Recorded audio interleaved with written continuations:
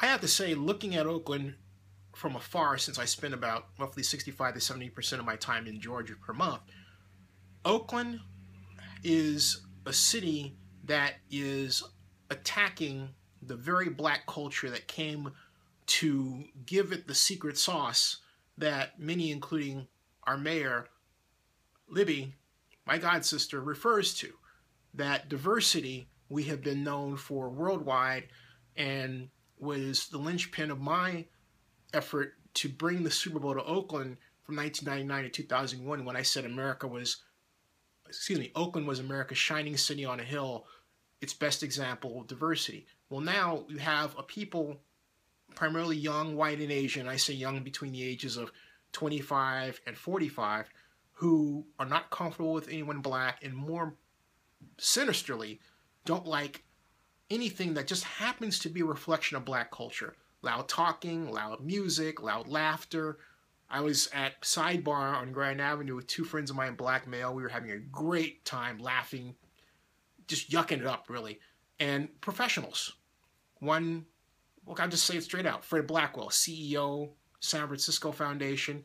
Ray Leon, key chief of staff, for Oakland's District 7 Councilmember Larry Reed.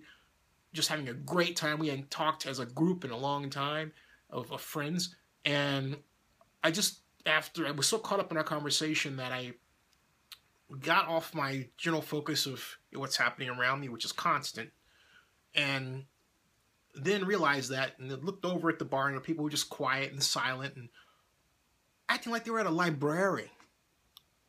A library.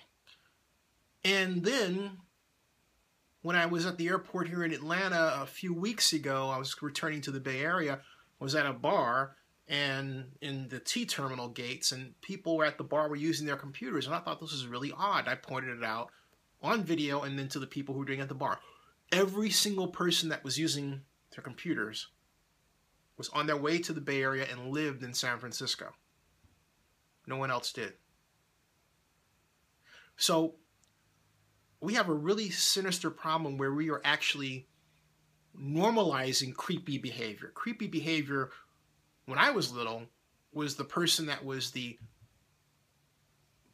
one that in the corner didn't say anything to anyone, was a loner, didn't talk, and didn't want to make themselves known.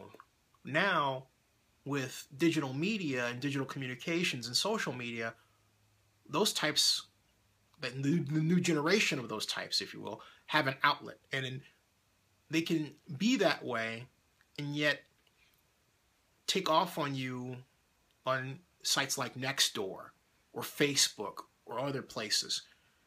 And they can feel emboldened to call the police on you or to say, hey, you shouldn't walk by a woman and tell her she looks great if she happens to have just come from exercise and is obviously proud of her body. Yes, I said that. And it underscores my point because I said it deliberately. That kind of expression, that particularly straight black men are known for, is highly under attack. It really is. And that's just one example. Look at what's happening with the black church and the noise complaints.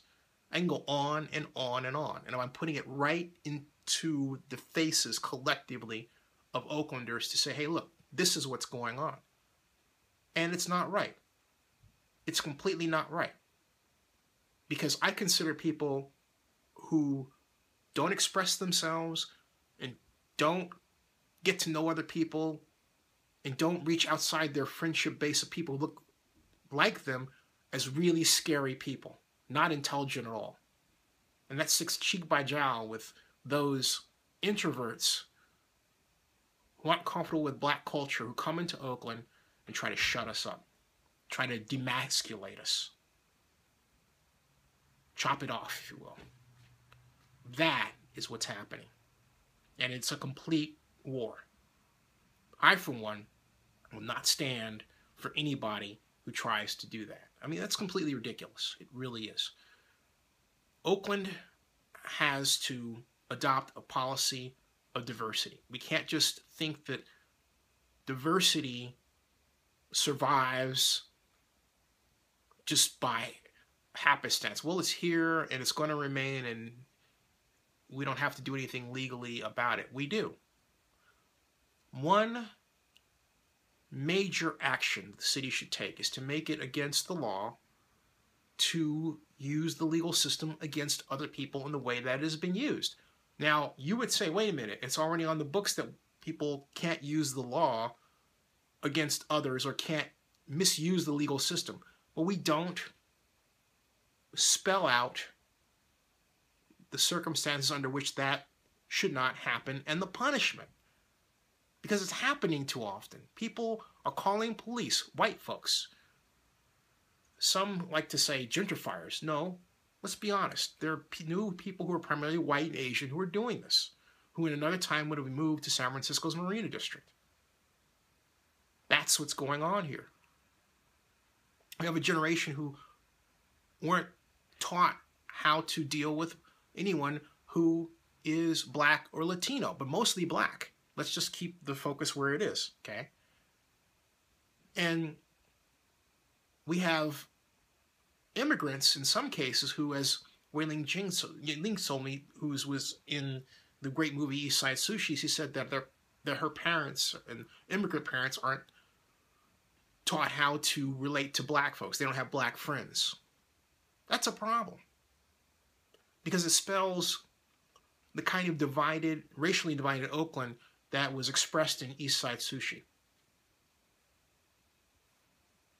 I, for one, don't want that kind of Oakland. And we have to have an honest talk about how to stop this. Not about why it's happening, but how to stop it.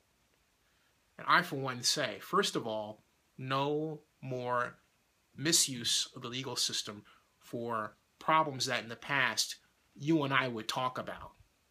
And we would have a conversation to resolve. Now, there's some people who use the police system as a way of handling their small little social issues for them. That's wrong. Or they'll go on to a place like Nextdoor and they'll Emmett Till a person.